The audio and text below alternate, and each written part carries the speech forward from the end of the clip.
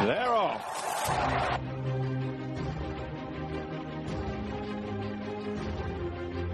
All colours, all ground, all Britain.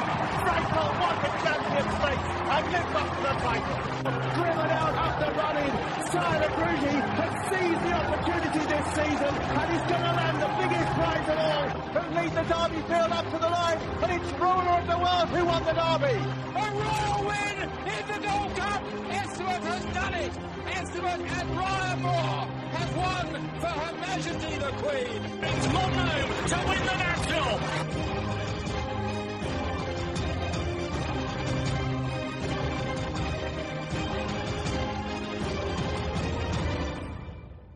You're listening to Picks from the Paddock podcast, your dedicated racing podcast.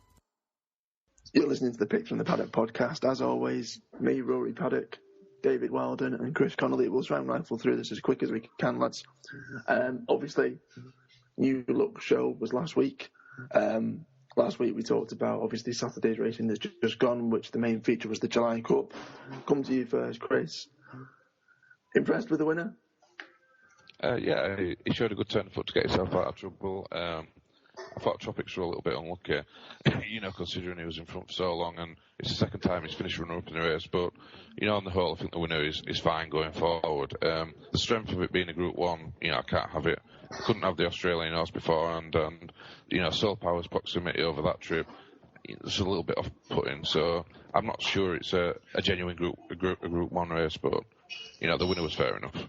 Yeah. And Dave, do you think, to what Chris had just said as well, last week we all basically wrote off the Australian horse and it came to fruition. Unfortunately, we didn't find a winner, but would you agree that probably the winner and nothing else would be the only horse to take from that race in terms of Group 1 over 6 furlongs?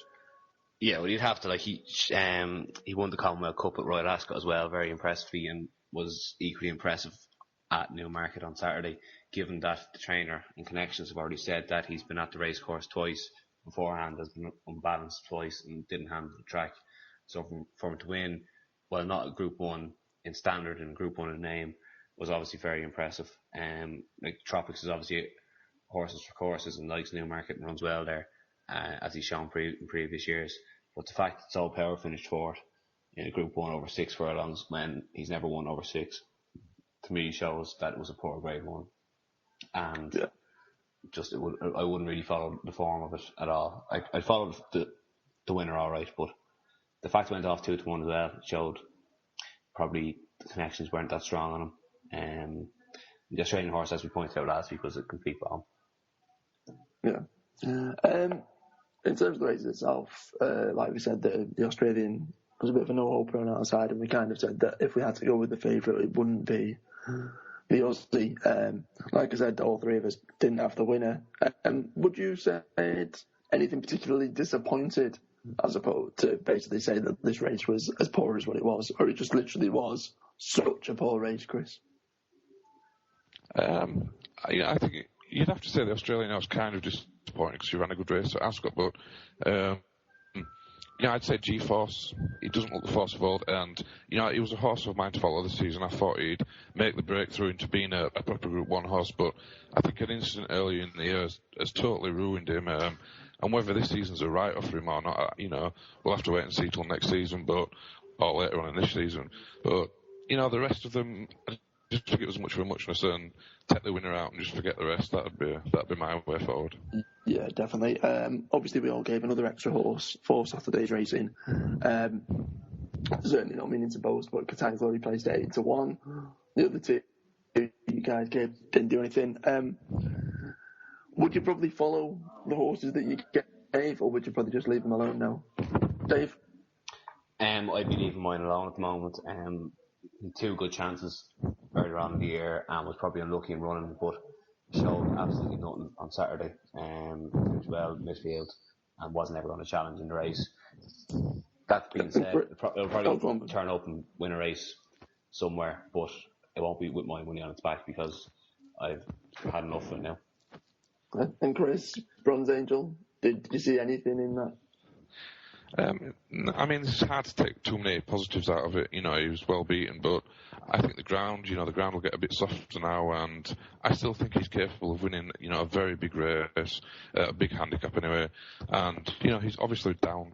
He's bound to go down in the weights a little bit for this disappointment. He's had a few disappointments this term, in all fairness, but once he gets back onto workable mark, drop another 3 or 4 pounds, I think he'll be bang there, and I think he's probably worth betting until the end of the season now anyway. Yeah, Qatar Glory, I think I'm with you in terms of Bronze Angel. I'd say Qatar Glory is definitely one worth following. I mean, it's based on what it did last season. It's easy to forget that it's just a 3-year-old. It was making a seasonal reappearance and it ran really well. I'd probably say the horse would want it a little bit firmer, maybe, but all that being said, it plays at 8-1. I can't really grumble. And yeah, considering it was a seasonal reappearance in a listed race, in a race that was relatively decent at York, then yeah, stick with it, back it the next couple of times, and go from there. So that's all we're touching on Saturday's racing, and I think Saturday was an absolute prime example, considering how many races there were on Channel 4. Now, as a racing fan, the more racing on telly, the better, especially terrestrial television as far as I'm concerned. However, one of the new features we're going to bring in is something called Racing Rants. You can get in touch with us on Twitter, via our website, on Facebook, and tell us what your racing rants are. One racing rant that seems to crop up quite a bit, and our fellow pundit Carl mentioned it to us, is how stacked racing is on a Saturday as a comparison to, say, a Friday or a Sunday, where a lot more could be made of them. Come to you first, David. Why do you think the situation is as it is at the moment in terms of courses favouring competition and putting on a card on a Saturday as opposed to Sunday? Well, in my opinion, it's all related to sale of alcohol, because you're more likely to get a group of lads to go racing on a Saturday, have their few beers, put on a few bets, more so than go on a Sunday when they're all in work on the Monday. So in whatever area they put it on Saturday, have a 2-day meeting, Friday and Saturday, gets people in Friday evening for the evening meeting, and then Saturday afternoon for the afternoon meeting, and everyone goes home happy. But in reality, the fact that we're in the middle of July and Sunday just gone, the 12th of July, there was 4 national hunt meetings, 3 in England and 1 in Ireland, and 1 flat meeting out of 5.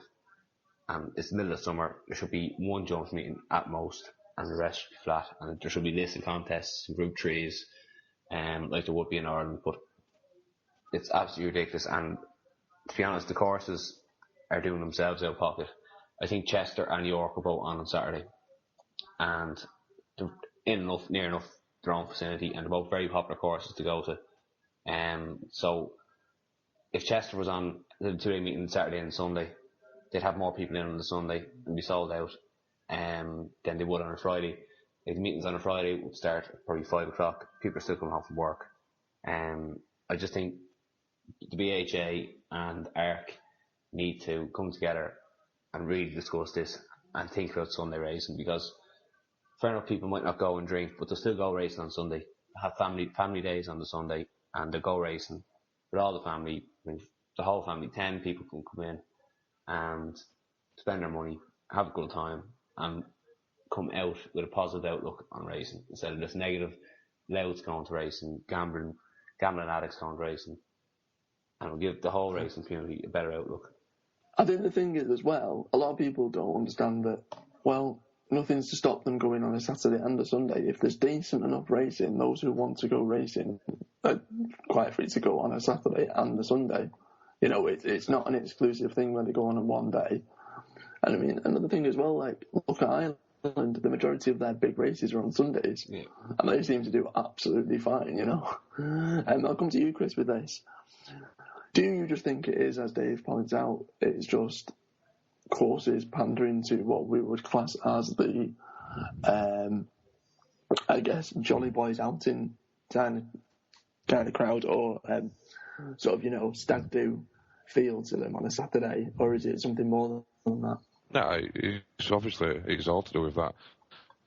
You're likely to make more money on things that are not racing related, alcohol sales and all the rest of it. Most people are going to go to racing on a Saturday and they're going to watch the racing and then they're going to go out or stay for the entertainment afterwards and enjoy themselves.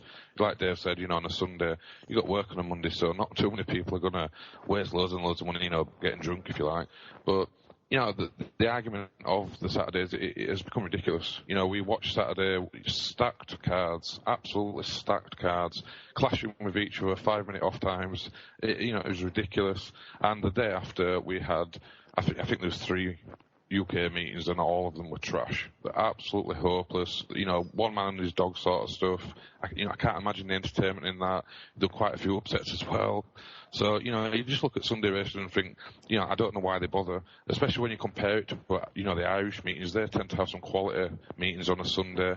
UK racing was absolutely ridiculous on Sunday. So they need to think of, incentives, maybe financial incentives from racing as a whole to try and encourage them to be on a Sunday. But I don't think this is going to change. I don't think it doesn't matter who complains. I think a lot of leading bookmakers came out and criticised what happened on Saturday. I know Ladbrokes did for a fact. So, I think the public would still turn up. Maybe it would be a little bit less financially viable for them, but it is certainly the Jolly Boys Saturday outing thing that keeps it going and demands it. That's what it's all about. Do you think it's just whereby racecourses are caught between a rock and a hard place? As long as they're getting people through the door and spending money, it doesn't really matter to them. They've got a business to run and a course to upkeep.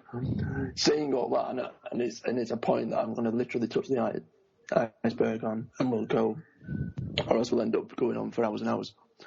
But do you think there's just a case whereby a lot of courses, and we'll just use England as an example, are situated in certain locations whereby they will have 3 or 4 courses in that area?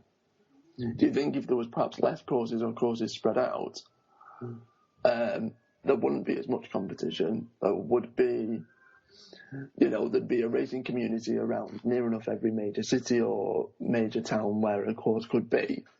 That obviously has a detrimental effect. I think Dave mentioned it off air, whereby, you'll have courses that are, say, only half an hour drive away from each other, especially in London with all weather meetings. I know that, all right, they're not, necessarily the cream of the crop Group 1s, but I think the likes of Lingfield and Kempton are miles apart, and, there's courses like that whereby, they choose to have meetings on the same day as well. Surely that's bad for business as well, Chris. Yeah, of course it is. We know Kempton's been an absolute failure. We know that they don't do business there. We know nobody turns up. So why they continue with it is beyond me, especially like you say when they have Lingfield and, other tracks like that. I think one incentive they could have, if you're going to hold a meeting on a Sunday, then stick a Group 1 on, stick a Group 2 on, a big handicap on, something that's going to get punters to turn out in numbers. As long as a star attraction is there, people will turn up no matter what day it is. And this is what we're doing wrong. You can't have every single star in racing running on a Saturday for nothing to run on a Sunday. It's ridiculous. The business model's all wrong, but Saturday seems to be the demand, and lazy Sunday seems to be, in my opinion, Sundays in the UK are pointless, totally pointless. I think one of the best ways to prove the fact that racing now caters to what you would class as the casual punter is Newcastle's decision to basically take an all-weather course. They're quite happy to get rid of the heritage of the likes of Northumberland Plate, etc., and turn that into an all-weather course because it's near a major. Let's be honest, it's because it's near a major city. If it's all-weather racing, they can have it all year round. They can do night meetings because they'll have floodlights, and basically turn it into what Wolverhampton is. And I'm not dissing Wolverhampton, but they're turning it into Wolverhampton, where it's a Friday night, Saturday night, Jolly Boys outing. And if you need any more proof of that, I think that's pretty much it. That courses are quite happy to get rid of, some of the heritage of racing to make more money, and whether that's at the detriment of racing itself, it doesn't really seem to matter.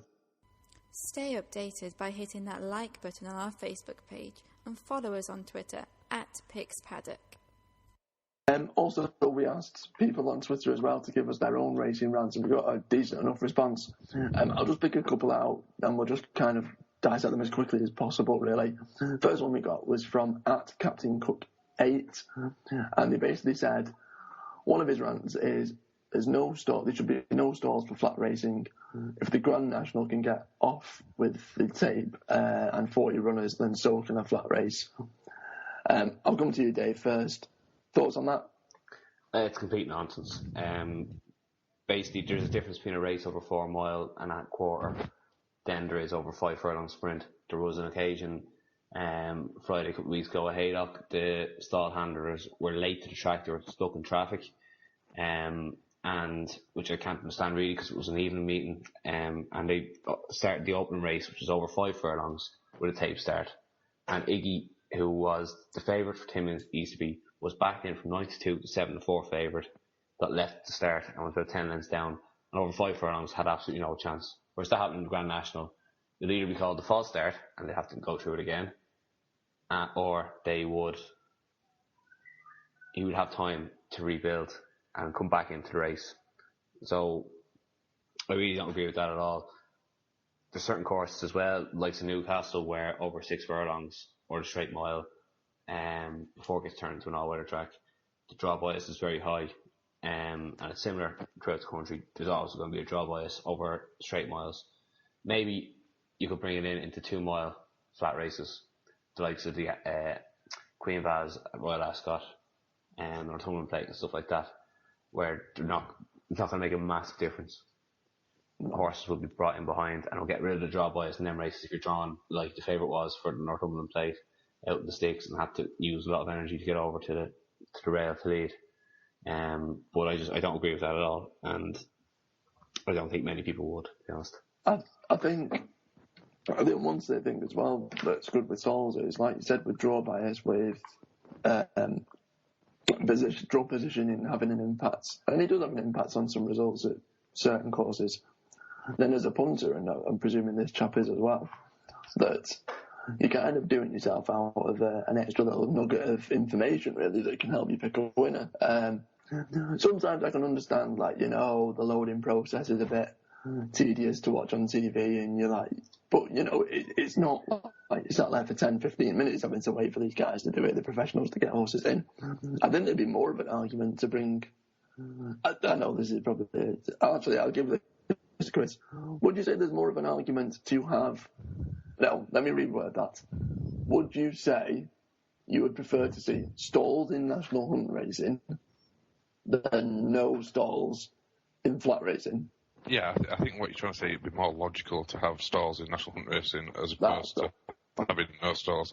I kind of understand his gripe at stalls. Personally, watching horses stand forever and ever behind the stalls, refusing to go in. You might be in a 5 furlong sprint. You might have a buzzy type who wants to lead. You don't want to be sat in the stalls for a long time. It is frustrating. You can lose all chance in the loading up procedure. One thing I would say about the stalls, they're never going to get rid of them. They can't. Just imagine Chester. You draw on one, you have no stalls. You draw.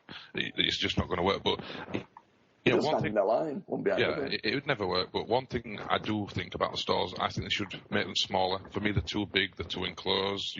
I've seen a few in Ireland, and I've seen tracks in America where they seem to have half stalls, where the horse can see over the stalls from behind the stall.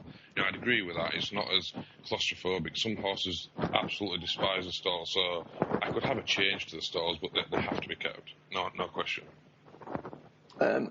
Another one that we also got as well was from Joe, who's at WinManWin on Twitter, and he says that to make racing better, he'd want jockeys to take a polygraph test at least once in their careers. I'll start with this. Just on the technical side of things, polygraph tests are not proven 100% correct. Even if it's 99% correct, the fact there's a 1% margin means that it's daft. Also, that's ridiculously intrusive. And I'm not slating Joe. I understand where it's coming from, and anything that you feel that would take away the tarnishing of racing that it seems to basically always give itself a black eye. I understand where it's coming from, but something that's not 100% sorted, I don't want to turn racing into the lies of Jeremy Kyle, as Dave just mentioned. it's a bit of not a nonsense science, but it's also proven that people can learn to, to sort of fix it as well, in the sense like body movements and, and if it's going to cost you a job or cost you a lot of money or cost you a prison sentence, then people will do it. There's always a way to cheat 99.9% of the times in most things. And if a jockey wants to do that, then they're going to do it anyway. I think it's not up to the likes of a polygraph tester to out it. It's the likes of the BHA and people who run the sport to make it ridiculously hard for them to do it. Massive penalties for when they do get caught, and just make everything as transparent, so therefore there's no cloak and dagger stuff. Chris? It's interesting, this one. I understand 100% where the guy's coming from in terms of, we know there's a lot of cloak and dagger things in racing, and we know the dark arts take place. The problem we have with racing as punters and racing as a whole, really, is that the BHA are totally useless. It doesn't matter whether you defend them or not. You point the finger numerous times, fingers have been pointed, millions of pounds have been spent in investigations, and, they generally come up to nothing. They normally waste money, and instead of just having one black eye, they give themselves a poke in the other eye. So I understand where the guy's coming from. Obviously, it's not feasible. You can trick the test; they're not conclusive. But yeah, I understand what he's saying. I think what really needs to happen is racing needs a proper and fit regulatory body. That is what it needs. And Dave, I won't come to the same one with you, because obviously we're trying to speed through these. Another one that we got sent in was from Andy Asaro, at Racetrack Andy on Twitter. He sent 5 different ones, and we won't go through all 5. But the first one of them that he mentioned was he wants to rant about the fact that we don't have accurate timing of races. Why do you think we don't? Well, it's BHA. I mean, the US do it, Dave. Why don't we over here? I've no idea, Rory. You'd have to ask the president of the BHA or whatever. But my idea of why they don't do it is because they have, given the fact that there's each racetrack in the UK is different, whereas in America they're all pretty much just round tracks. Same in Australia, same in Japan. It's similar to the UK over here in Ireland. No track is really the same. Like the Ballinrobe and Bettystown, which are tight, intricate tracks like Chester, and then you have big galloping tracks as well.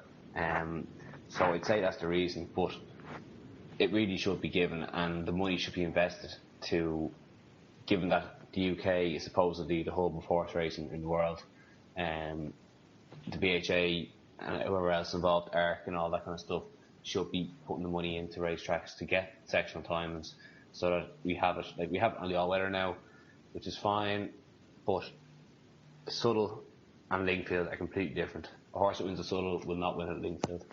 So if they can do it for there, why can't they do it for us and do it for the turf tracks? And then at least you can have a breakdown of, if a horse has won a Chester, say 12 months ago at their big meeting, the Chester Phase meeting and all that kind of stuff, then they come back the next 12 months to say, oh, that horse ran 1 minute 5 seconds over 7 furlongs. He's obviously gone well here before. He ran 1 minute 15 at Newcastle, so he should go well here again. They have a punt on him. Of course, this is form, especially at a place like Chester. Goes in again. Like, it's just simple and it's logical, and it makes you doubt the powers that be, because they won't go to that extra mile to give us the information. The same in Australia, where you have all the racing weights and all that kind of stuff, which you said previously, I think in the last podcast. But it's deceiving to punters.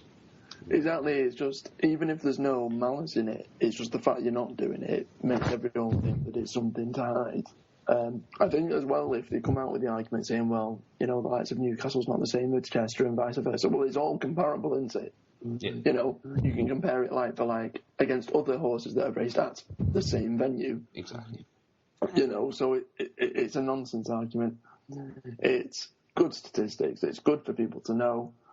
Why there's any reason not to have it, I genuinely don't see it, especially considering they're bringing it in the all-weather. One of the other ones that Andy mentioned, and I'll come to you with this, Chris, of the 5 that he noted there was bringing exchange wagering. Now, I don't know whether or not he refers that on course, but I think it's pretty much a no-go. Chris? Yeah, this is probably a bit of a gripe. You see prices on track where, or if you go to your big bookmakers, for example, where they seem to be 4-1 the field, and you find out on the exchanges that a particular horse that is trading at 4-1 in your bookmakers is trading at 8-9-1 on the exchanges. So I understand where that bit comes from. It's never going to happen. Big major bookmakers will never agree to that, and there's not even any point in debating it because it just won't happen. But I understand his point. It's just one of them that won't. It just will never happen. You're listening to Picks from the Paddock podcast. Okay, obviously looking back at last week's racing, we gave 3 horses last weekend to sort of go in the notebook to follow it on, and any of the 3 have run. But we're going to do the same again this week. Any horse either of us have like the look of over the last 7 days. I'll go first to throw my hat into the ring, as it were. A horse ran on the Wednesday at Catterick. It was only a 3-horse race and called Dutch Mist. Halfway round, I was pretty, put it mildly, but I was calling the jockey Jamie Spencer every name under the sun. He was getting boxed in a 3-horse race, and I wanted to throw things. However, found a gap, got through, and stuck his head in front. I think the horse should have really won very, very handily, and didn't. He didn't need to be shoved along much, but it had to, he still had to battle and get his head in front. I think if they send that somewhere again if they don't step it up too rapidly, then I think that'll go in again, especially if it's given a better ride, shall we say. So that'd be Dutch Mist for me. I'd say back it the next 2 times it runs, no matter where it goes. Dave? Yes. Any 2? 1, 2? Yeah, sorry. The last 7 days? There's one I gave last Thursday in my article. So that was the 9th of July. Venezia. It ran the 7:55 at Leopardstown. Mick Halford horse. It was a 1 mile 5 race. It was held out the back, and the race was over. The winner had flown before the jockey got it into a challenging position. Under a more positive ride, it will probably go in. It's on a workbook mark, and it should be winning. And just the other one to note is a horse that I followed for a while, Rene Mathis. It won one of the big races, one of the big handicaps at Newmarket on Saturday. And while this season, if you look at its form, it wouldn't be showing much, but that's because it hasn't been run at Newmarket. I think it's won its last 3 starts, or at least placed at big prizes in its last 3 starts at Newmarket. And I would be following that when it runs at Newmarket for the rest of the season. And Chris? Yeah, I've just got the one. It ran a couple of days ago. It's trained by Richard Fahey. It's a 3-year-old. They call it Sandgate. Samantha Bell gave it an absolutely shocking ride. I'm not going to hold any punches. She gave it a stinker. She found trouble every which way. It was a 6-runner race. The ground was probably, it could have possibly been a little bit softer than ideal. It's gone on soft before, but I think it's ahead of the handicapper. I think if she'd have gotten out earlier, I think she'd have won. So I think he's worth following. Probably over 10 furlongs. I do think it'll go on the ground, and I just back it till it wins. I think it's absolutely guaranteed to go in again somewhere. So those are our 4 this week. If you want to see what those 4 are, I want a reminder, or also the 3 that we gave last week, jump onto picksfromthepaddock.co.uk. There'll be Racing Notebook, or Racing Eye Catchers, a little section on there. Jump on there and it'll be a list of all the horses we've given on the podcast and ones that we're still following from previously. Obviously, we've touched upon everything that happened last Saturday. Moving on, gents, to this Saturday. Now, the big race on Channel 4 isn't, unfortunately, the Irish Oaks, the Group 1. As that's obviously not until 5:50. The big race that we'll see on terrestrial TV over here in England is the Hackwood Stakes at Newbury. Obviously, we don't know 100% who's declared, but we've obviously got the list of runners as it stands as of Tuesday evening, early hours Wednesday morning, as we are now. I'll come to you first, Dave. We've got a few horses in there, like Aeolus, Tiggy Wiggy will probably be favourite if it runs, I would imagine. Whether or not that horse can, recreate some of its previous form from last year. Where's your money going and why, Dave? Based on declarations at the moment, with 12 looking likely to run, I'd be siding with Marek. While he is an 8-year-old and has to give 3 years to the next oldest horse, he's the class act in this field. He would need to run a seriously below par effort to not even place in this race.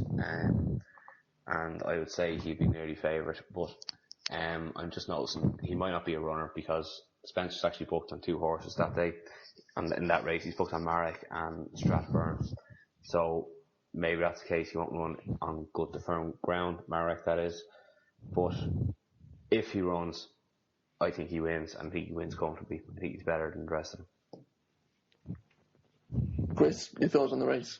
Yeah, I think it's a bit of a poor race, really. It's hard to get a grip of, and I'm doing a rain dance, as Dave will probably be doing. I can't see past Marek. I think Marek is a desert in that, to be honest with you.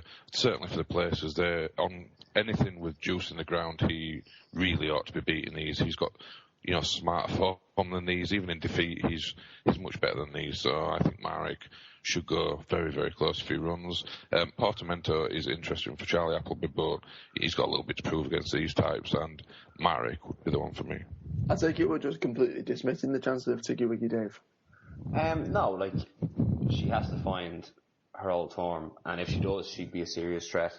But the fact that she ran so early last time out, when she was really well fancied at Royal Ascot, she finished 25 lengths behind Murahar, and that's coming after a good run. In fairness, her run in the 1,000 guineas at Newmarket was very good, but when dropped back to 6 furlongs, which really is her bag, as we've seen last year, she's a sprinter, keen going sprinter. They dropped her in again, and it didn't work.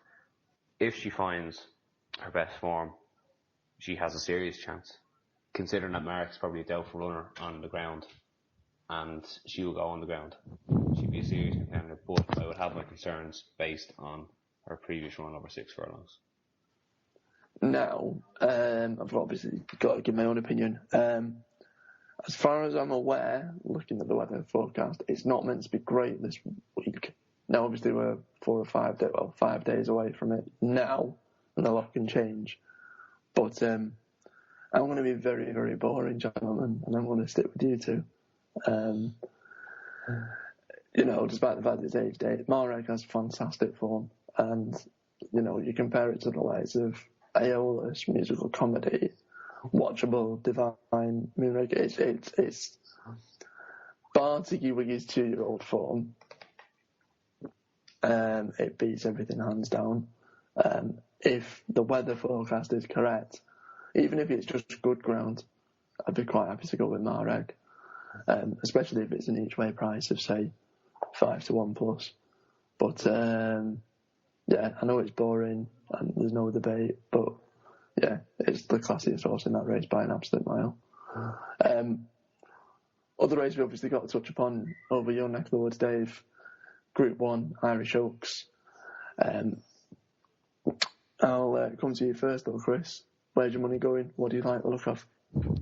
The pronunciation will probably be wrong, but Plasak would be the one for me. It's got some decent form, and it looked a little bit one-paced when it was beaten the last day. It was beaten behind Diamonds and Rubies, but it was a late runner. Kirby beat it the time before, by a length. I think she was Even's favourite that day as well, Plasak. So there's a little bit to find with Kirby there, but I think the trip will be fine. And I think at prices of around 6-7-1, I think a place is definitely on the cards for her. I think she should place, despite the second favourite Words probably being the one to beat. Dave? Yeah, like Chris, I'm very keen on Words. I backed it the first 2 times. It's Ron beating Carla Bianca last time out, when she was really well backed, really well fancied, back into 5-2 second favourite. And Carla Bianca is a good listed Group 3 filly. So based on that, only 2 runs, she has potential to step up again. She is probably shorter than I would like for a race of this nature, and if I was offering some each way value as well, I would go with Jack Naylor of Jesse Harrington's yard. She's been running really well. She's a great 2-year-old form behind found, and hasn't really shown it this season, running below par in the 1,000 guineas and the Oaks, I think it was. But if Jesse Harrington's yard have been firing all week at Killarney this week, I think they had an across the card trebled over jumps and on the flat. So I'd be giving her as each way value about 10-1. So out of the two, that over words, Dave? I would stick with words. It's probably a bit short, but the race is probably likely to cut off with 7, 8 and buying horses in it, so I'll be back in words at 72 at the moment at anti-post prices. Me, I'm going to be boring. I like the favourite. Showed a lot of determination.